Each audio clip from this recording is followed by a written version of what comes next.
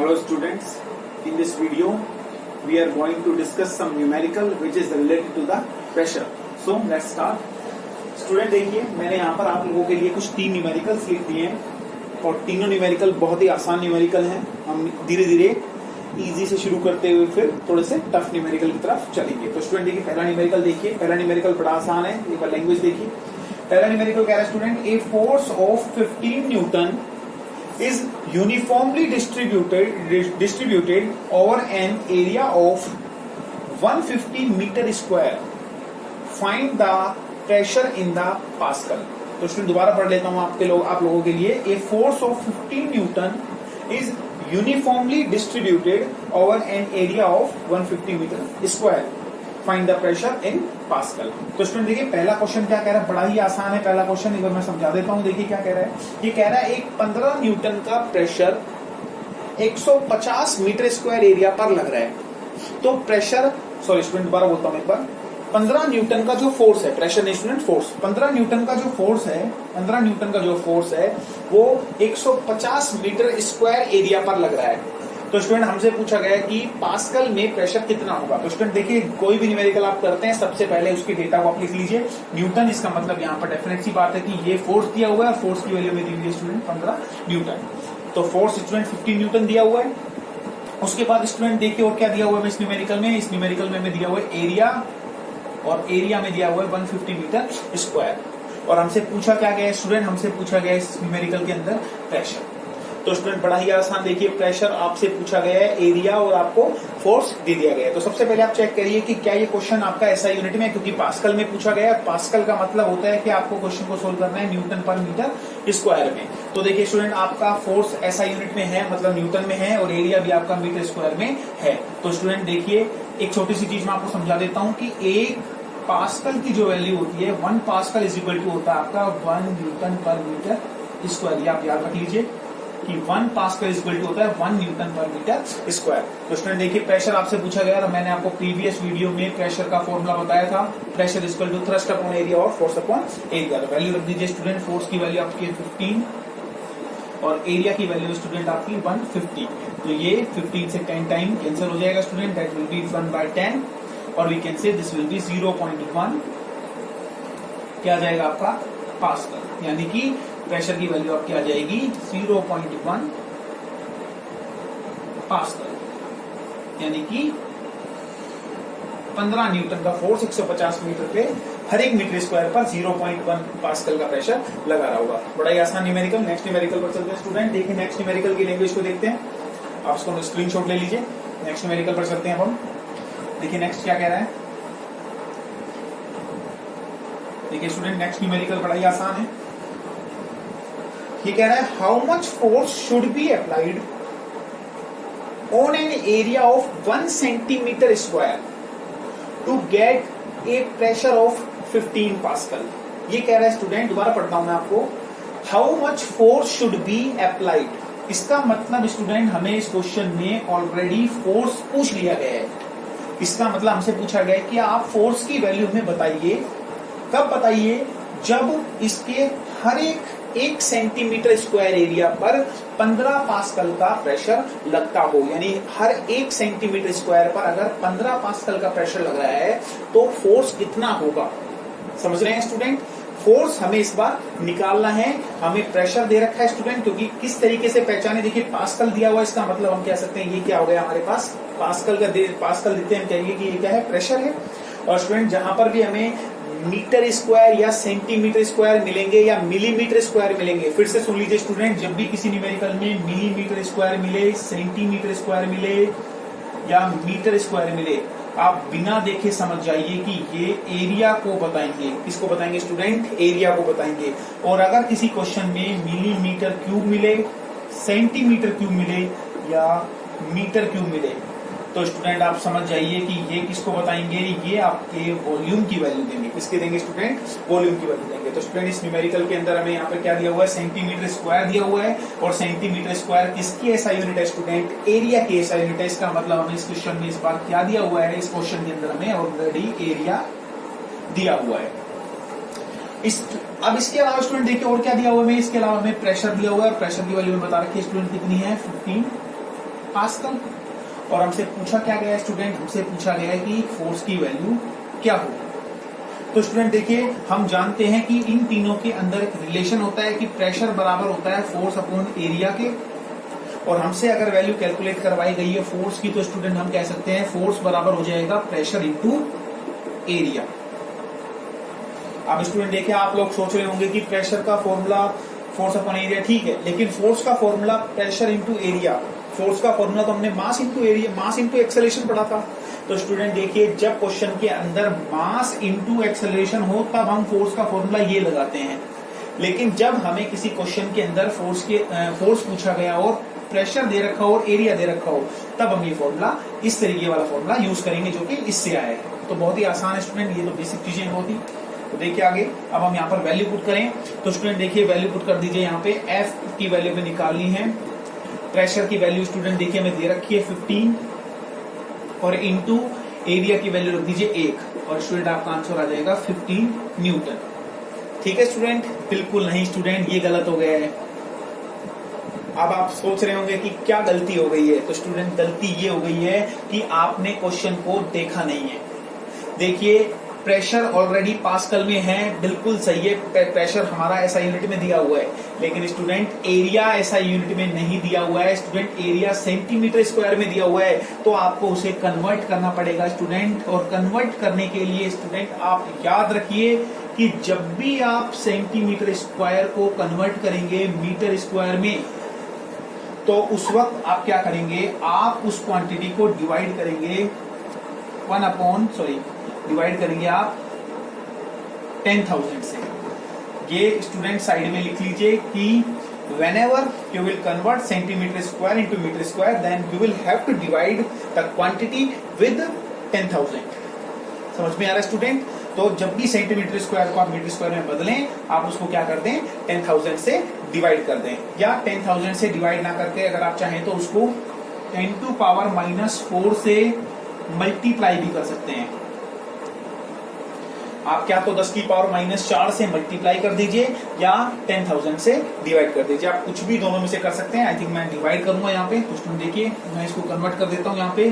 तो ये 1 centimetre square था, तो 1 को एज इट इज रखिए। आपको क्या करना है, सेंटीमीटर स्क्वायर को मीटर स्क्वायर में बदलने के लिए इसको 10,000 से डिवाइड कर देना है। और स्टूडेंट अब ये जो क्वांटिटी आपकी ये मीटर स्क्वायर में आ चुकी है। तो स्टूडेंट ये चीज बड़ी ध्यान रखिए कि आपको कन्वर्जन, यूनिट्स का कन्वर्जन आना चाहिए। तो सेंटीमीटर स्क्वायर को मीटर स्क्वायर बदलने के लिए मैंने क्या किया, 10,000 से डिवाइड कर दिया। अब हमारे पास दोनों क्वांटिटी ऐसा यूनिट में आ चुकी है। अब आप वैल्यू पुट कर दीजिए।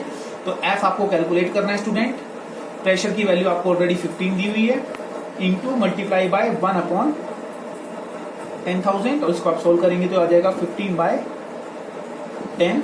तो इतना फोर्स आ जाएगा। स्टूडेंट आप चाहें तो उसको कन्वर्ट भी कर सकते हैं, या 15 देखिए स्टूडेंट आपको पावर्स में लिखना आना चाहिए कि पावर्स में किस तरीके से लिखते हैं। तो देखिए ये कितनी है, 10 के बाद आप देखें तो कितनी जीरो है, 1 2 3 जीरो है। तो स्टूडेंट आप इसको किस तरीके से लिख सकते हैं, आप इसको इस तरीके से लिख सकते हैं, 10⁻⁴ लिख सकते हैं। क्या लिख सकते हैं, देखिए 1 के बाद जितनी जीरो होती हैं आप उसको 10 की पावर में लगा सकते हैं। देखिए 1 के बाद यहाँ पर 4 जीरो है, 1 2 3 4। तो मैं इसको क्या लिख सकता हूँ स्टूडेंट, 10⁻⁴ लिख सकता हूँ।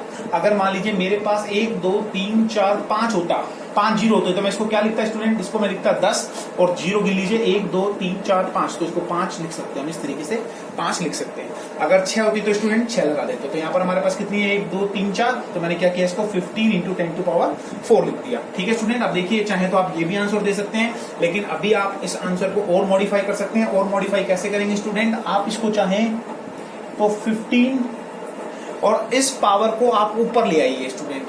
याद रखिए, अगर कोई क्वांटिटी इस तरीके से लिखी हुई है 1/10⁻, मान लीजिए आपके पास लिखा हुआ है 3, 1/10⁻ लिखा हुआ है 3। तो अगर आप इसको ऊपर लेकर आते हैं तो इन पावर्स के साइन चेंज हो जाते हैं। तो स्टूडेंट देखिए 1/10⁻³ था मेरे पास, तो इसको मैं 1/10⁻+3 भी तो बोल सकता था। 1/10⁻³ को 1/10⁻³ को मैं 1/10⁻+3 भी तो बोल सकता हूँ। 3 कहिए या +3 कहिए की बात है। और जब पावर ऊपर नीचे जाएंगे स्टूडेंट, न्यूमरेटर से डिनोमिनेटर या डिनोमिनेटर से न्यूमरेटर में आएंगे, तो उनके साइन क्या हो जाएंगे स्टूडेंट, चेंज हो जाएंगे। तो देखिए प्लस की पावर जो ऊपर जाएगी तो इसके साइन को हम चेंज कर देंगे, ये पावर नेगेटिव हो जाएंगी, यानी स्टूडेंट हम इसको क्या लिख सकते हैं 10 टू पावर -3 लिख सकते हैं। इसी तरीके से स्टूडेंट देखिए ये 15 के अपॉन में था, तो ये प्लस का 4 है तो ऊपर आएगा, तो स्टूडेंट क्या हो जाएगा ये 10 टू पावर -4 हो जाएगा। और फोर्स पूछा है तो स्टूडेंट क्या लगा देंगे इसके आगे, न्यूटन लगा देंगे, यानी हमारे पास फोर्स की वैल्यू क्या निकल कर आ जाएगी student 15 into 10 to power -4 newton. ठीक है स्टूडेंट, आई थिंक आपको समझ में आया होगा, बहुत ही आसान न्यूमेरिकल था ये, इजीली बहुत ही सोल्व हो गया है ये न्यूमेरिकल। अब देखते हैं आगे न्यूमेरिकल, अगले पर चलते हैं स्टूडेंट, तीसरे न्यूमेरिकल पर चलते हैं। देखिए थर्ड न्यूमेरिकल पर आप स्क्रीनशॉट ले सकते हैं इसका। ठीक है स्टूडेंट, समझ में आया आपको? ठीक है स्टूडेंट, चलिए नेक्स्ट न्यूमेरिकल पर चलते हैं।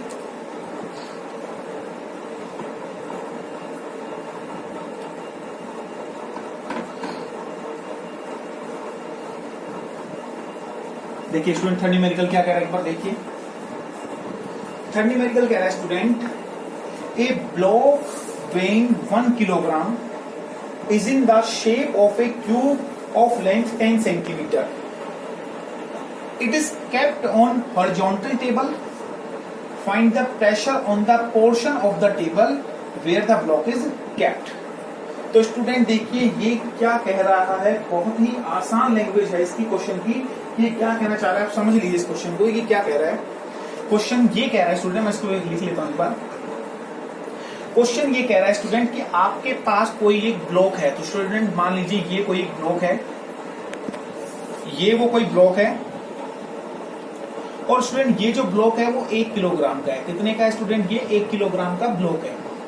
और इस 1 किलोग्राम बॉक्स की जो शेप हमें बताइए स्टूडेंट, वो बताइए कि ये आपका क्यूबॉइड है, क्यूब है, और इसकी हर एक साइड हमें कितनी बता रखी है स्टूडेंट, इसकी लेंथ हमें दे रखी है। अगर क्यूब है तो हम कह सकते हैं कि इसकी हर एक साइड इक्वल होगी, इसका मतलब इसकी लेंथ, विड्थ और हाइट तीनों के हो जाएंगी स्टूडेंट 10 10 10 हो जाएंगी, नहीं हो जाएंगी स्टूडेंट, क्योंकि इसकी लेंथ एक डायमेंशन हमें गिवन है।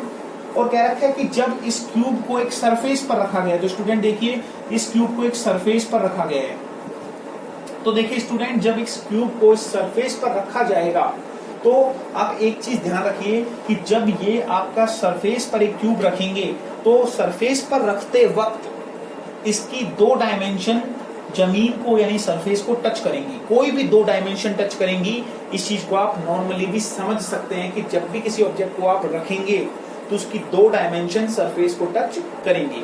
ठीक है स्टूडेंट, मैं आपको एग्जांपल से समझा देता हूं। देखिए स्टूडेंट फॉर एग्जांपल के लिए मान लीजिए कि ये क्यूबॉइड है, इसको थोड़ी देर के लिए आप क्यूबॉइड एज्यूम कीजिए कि तो ये क्यूबॉइड है। तो स्टूडेंट देखिए ये इसकी एक डायमेंशन हो गई नीचे वाली, एक ये इसकी डायमेंशन हो गई स्टूडेंट, और स्टूडेंट देखिए एक इसकी ये डायमेंशन हो जाएगी, ये हाइट, समझ रहे हैं आप स्टूडेंट।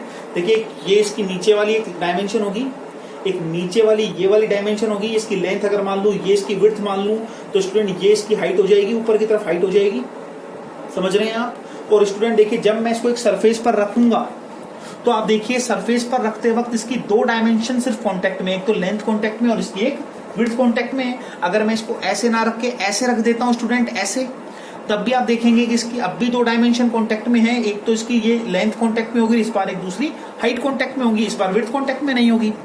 ये देखिए विड्थ इस बार ऊपर आ गई है, इस बार हाइट यहाँ पे रह गई और ये लेंथ हो गई है। तो मतलब हम किसी भी ऑब्जेक्ट को अगर सरफेस पर रखेंगे तो स्टूडेंट याद रखिए उसकी 2 डायमेंशन ही जमीन के साथ कांटेक्ट में रहती है, और जब भी 2 डायमेंशन कांटेक्ट में रहेंगी तो आप कहेंगे कि वहां पर क्या हो जाएगा, एरिया हो जाएगा। स्टूडेंट क्या हो जाएगा, एरिया। तो स्टूडेंट एक चीज याद रखिए, यहाँ पर आपको क्या दिया हुआ है, एक तो ब्लॉक दिया हुआ है, उस ब्लॉक का मास हमें कितना दिया हुआ है स्टूडेंट, 1 किलोग्राम दिया हुआ है, और इसके अलावा एक क्यूब की हमें एक लेंथ दी हुई है।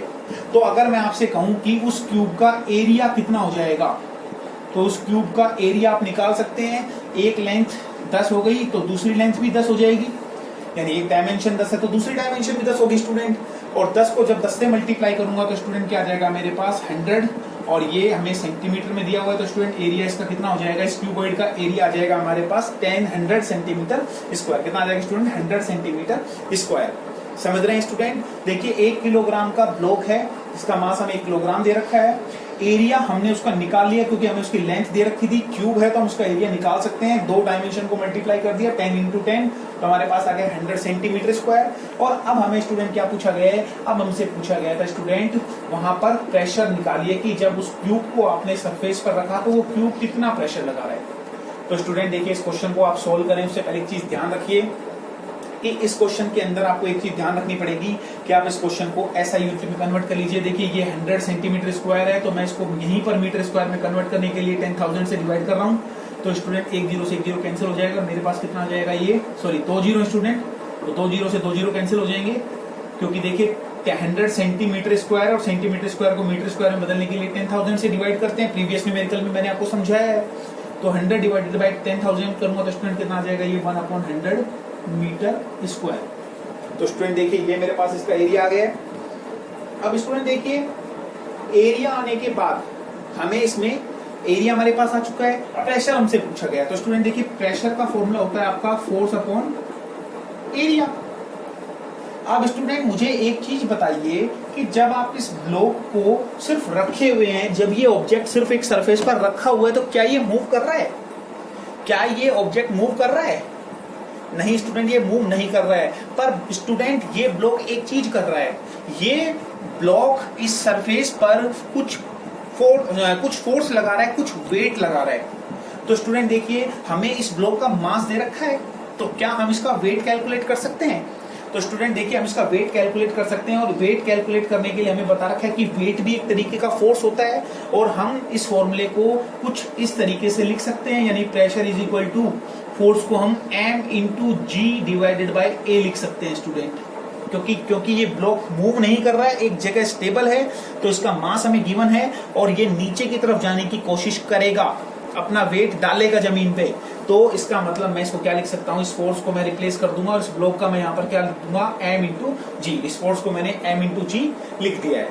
ठीक है स्टूडेंट, समझ रहे हैं किस तरीके से न्यूमेरिकल करने हैं कि जब भी कोई ब्लॉक मूव नहीं करता है उस कंडीशन में हम क्या करते हैं, उसका फॉर्मूला m इंटू जी लिख देते हैं।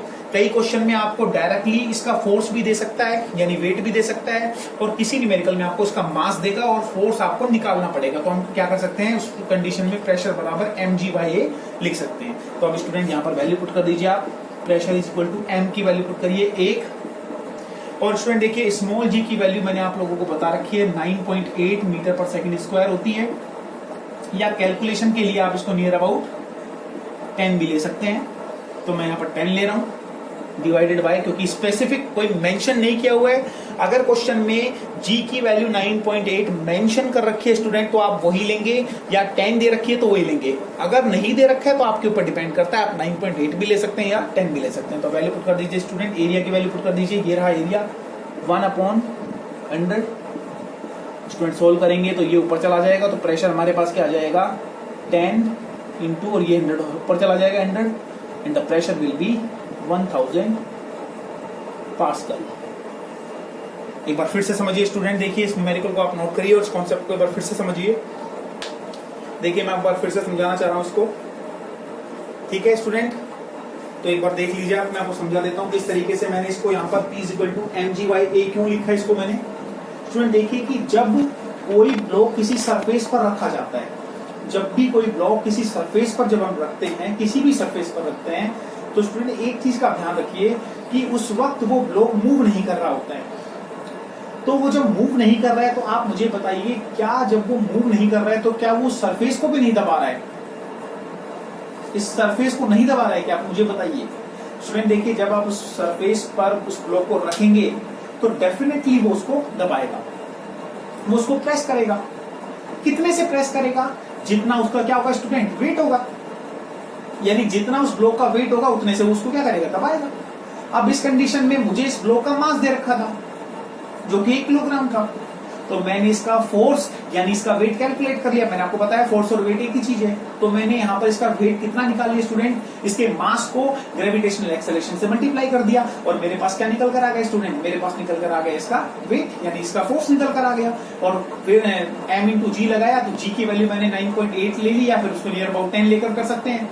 मास इसका 1 किलोग्राम था और मैं इसको 10 से मल्टीप्लाई किया, तो मेरे पास कितना आ गया स्टूडेंट, 10 वेट आ गया इसका, यानी 10 न्यूटन वेट आया। उस 10 को मैंने इसके एरिया से क्या कर दिया स्टूडेंट, डिवाइड कर दिया, यानी उस 10 के डिवाइड में मैंने इसका एरिया लिख दिया 1/100, और उसको जब सोल्व किया तो मेरे पास क्या निकल कर आ गया स्टूडेंट, इसका प्रेशर निकल कर आ गया। तो आई होप आपको ये न्यूमेरिकल समझ में आया होगा स्टूडेंट। अगर फिर भी आपका कोई डाउट है तो हमें आप प्लीज कमेंट बॉक्स में पूछिए। Thank you so much.